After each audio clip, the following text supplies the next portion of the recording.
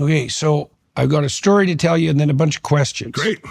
So I know this biologist, Derek Cooper, and we did a podcast together. He's a very interesting thinker, and he's spent a fair bit of time looking at dopaminergic functioning and relating that in part to insect behavior, bees in particular. So I want to tell you something funny about bees. And the reason I'm outlining this is because the biochemical principles that you describe are extremely fundamental, right? They're echoed throughout the living kingdom, yes, all the way down to the insect level. Wow. Like this is ancient circuitry. Okay, so only you would have this kind of information. Well, I did so much. I did a lot of studies of animal behavior when I was trying to figure out human motivation. Oh, okay. Right, and if you can find extremely distal connections, yes, it means you've found something very profound because it's been conserved over evolutionary history, yes, for maybe hundreds of millions of years. Yes. Right? So you know you're onto something that's extremely fundamental. Yes. And you can tell that in the story that you described because it's reflected in hormonal changes. Yes. Okay, so bees communicate about sources of value. So bees go out and they forage kind of randomly. And then if they find a good storehouse of value, which is like a flower bed that's not too far away, yeah, and that's rich, yes, then they go back and they dance. And they indicate by the quality of their dance where the flowers are, wow, but also how much energy needs to be expended to get there, but how much energy they will be acquired in consequence of the voyage. Okay, and they do that in part by intensity and duration of dance. Wow. Right, so now imagine what they're doing. You see what they're doing. So it costs a bee to expend energy. Yes. Right?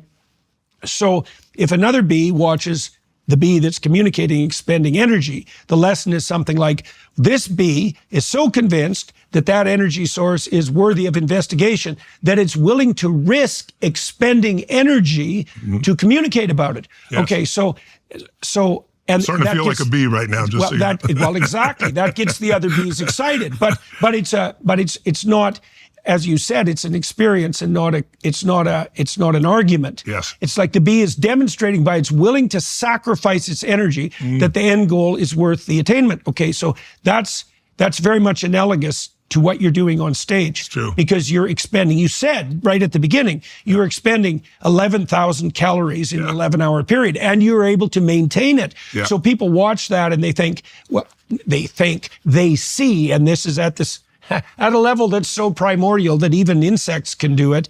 They see that you're willing to risk a tremendous expenditure of energy over a very long time to communicate a particular pattern of perception. Yes. And so that's convincing because it's what would you say? It's an existence proof.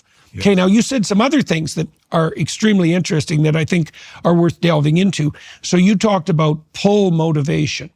So versus push. Yeah, versus push. So pull motivation is positive emotion. It's the manifestation of the same dopaminergically mediated positive emotion that indicates the existence of a valuable store of treasure. Yes. And so that's kind of a quest issue. It's like, yes, so we're wired so that we feel enthusiasm when we see ourselves moving towards a valuable goal. Mm-hmm. Okay, now and then you said some other things very carefully. You said you're not a guru, and what that means in part is that you're encouraging people to believe that there is a goal and that goals are worthwhile, but they have to come up with the goals themselves. That's right. Right. And right. Well, that's it has to be life on their terms, not mine. Absolutely. Well, it's partly because they need to establish their own conditions for satisfaction, and they have to do that in consequence of their own contemplation. Yes. You know, and by the way,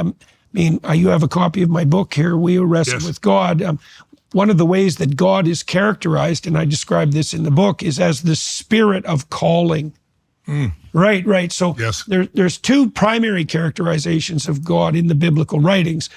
There's more than two, but there's two primary characterizations. One is the spirit of calling and adventure. So that's exemplified in the story of Abraham, for example. Yes. And the other is as the voice of conscience. And that spirit of adventure, that's associated with this pull motivation. Yes. Now, it's the hero's journey. It's the hero's journey. Yeah. Although the hero's journey also incorporates element of conscience. Yes. Right. And there's a push element to that that's probably worth discussing as well. Internal push, though. It's like You're Calling unconscious. says, here's the path, Yeah. and conscience warns you when you're deviating from it. That's a By the reasonable way, I just way of have to thinking thank about you. it. Yeah. No one on earth can do what you do and do the depth of analysis you do to take a Pinocchio story and turn that into an archetypical study of personal evolution and an archetype. I mean, I'm thinking about when you said consciousness, the bug bugging you exactly. and your conscience. Yeah. It's like, you blow me away. I think you're a treasure, Jordan. I just want to say it. Thank you, sir. I think you're one of the gifts to this world. But please continue. But I just love the way your brain goes into these areas. It's really worth, given the framework that you're using, it's really worthwhile understanding this technically. Yes. So here's a way of thinking structurally about the process that you outlined. Okay, so the first thing to understand is that people see the world through their aim. Yes. Okay, and I mean that literally. I understand. And then when you hear the story of someone's life, you actually hear a description of their aim. That's right. Okay. So now you specify the aim. Now, the first thing that happens perceptually, and you talked about perception, the first thing that happens is that once you specify the aim, the pathway appears. That's how your perceptual systems work. Yes. And the reason for that is, well, if you can't see your way to get where you're going, then what good is it to see? Yes. Right. Okay. You specify the aim, the pathway occurs. Well, that's the precondition for a quest. Yes. Okay. Now, the next thing that happens, so the pathway occurs. The next thing that happens is that sets the frame for emotional experience. So now, everything that you encounter as an obstacle on that pathway elicits negative emotion. And everything that you encounter that facilitates movement forward evokes positive emotion. So one of the corollaries of that is no aim, no positive emotion.